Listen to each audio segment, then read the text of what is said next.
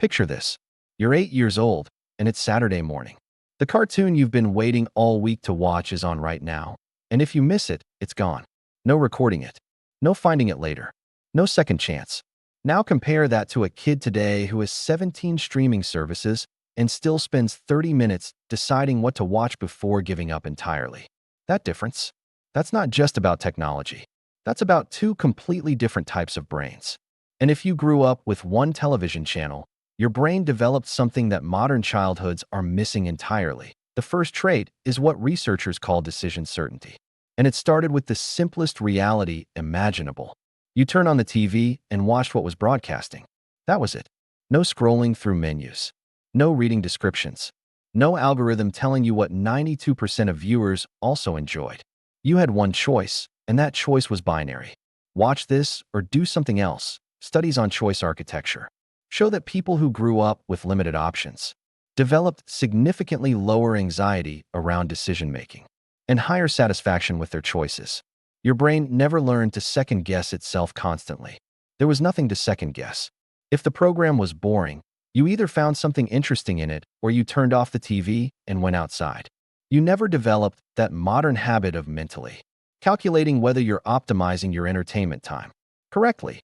This is why you can commit to watching something without that nagging voice asking if there's something better you should be doing. You learned early that engagement isn't something content has to earn every 30 seconds. It's a decision you make once and then follow through on. Now that explains your ability to focus, but it doesn't explain why you can sit through slow-building stories that would make younger viewers reach for their phones. That comes from what psychologists call mandatory patience training. You waited all week for your favorite show. If something came up and you missed it, that was it. Gone. Maybe you'd catch a rerun in 6 months. Maybe you wouldn't. There was no pause button, no rewind, no recording unless your family had a VCR and someone remembered to set it up, which was basically a small miracle involving timing and hoping nobody needed to watch something else. Research on delayed gratification shows that children who experienced forced waiting periods developed better impulse control and deeper appreciation for experiences. You couldn't skip the boring parts. Commercial breaks lasted 3 full minutes, and you sat through all of them because that was the only way to see what happened next. And here's what nobody talks about. Those commercial breaks served a purpose. You processed what you just watched. You talked to whoever was in the room with you. You made predictions about what would happen next. Your brain got natural breaks that let information settle before the next wave came. This is why you can follow a story that takes its time. You never learned to expect constant stimulation. But here's where it gets interesting, and this is something younger generations really struggle to grasp. You developed what researchers call narrative retention capacity. When you started watching something, you had to remember it. There was no previously on recap for people who missed last week. There was no wiki to check if you forgot a character's name. There was no pausing to look up an actor or a reference you didn't understand. Studies on memory and media consumption found that people who grew up with linear television have significantly stronger recall for complex narratives. You watch serialized shows where you had to hold plot threads in your head for days or weeks. You remembered which character said what 3 episodes ago because nobody was going to remind you.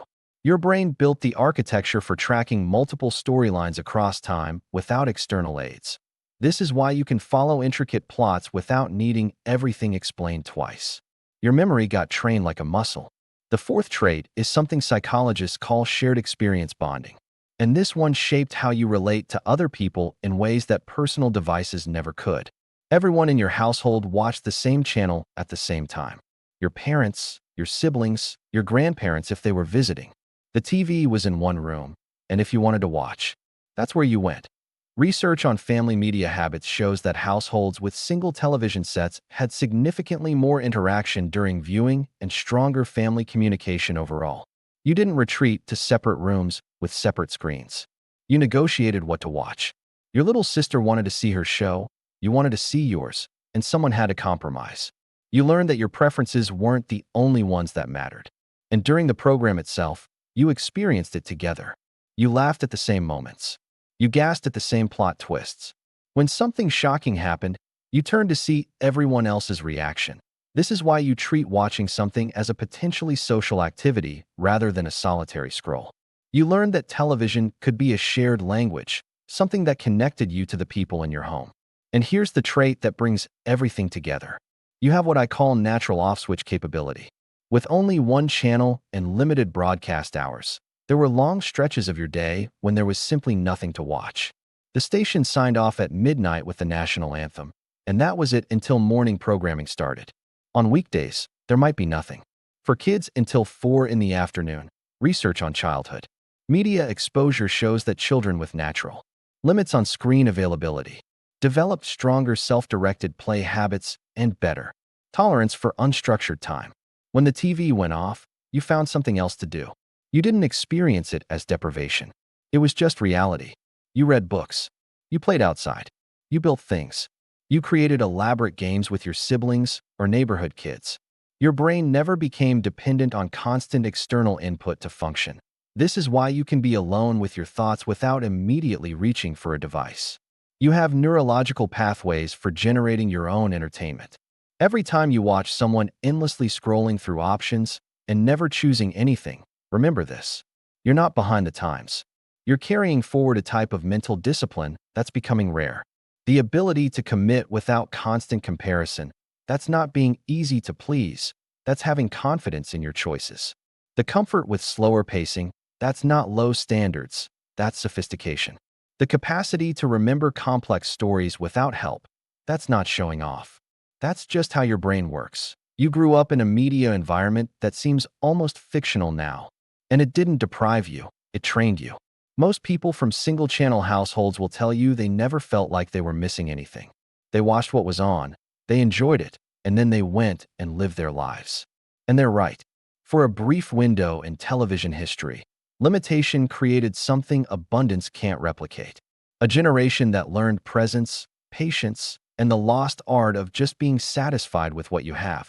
Drop a comment if you grew up with one television channel and tell us what you remember most about it. And if you want more content exploring the psychology of how we grew up, hit subscribe because we're just getting started.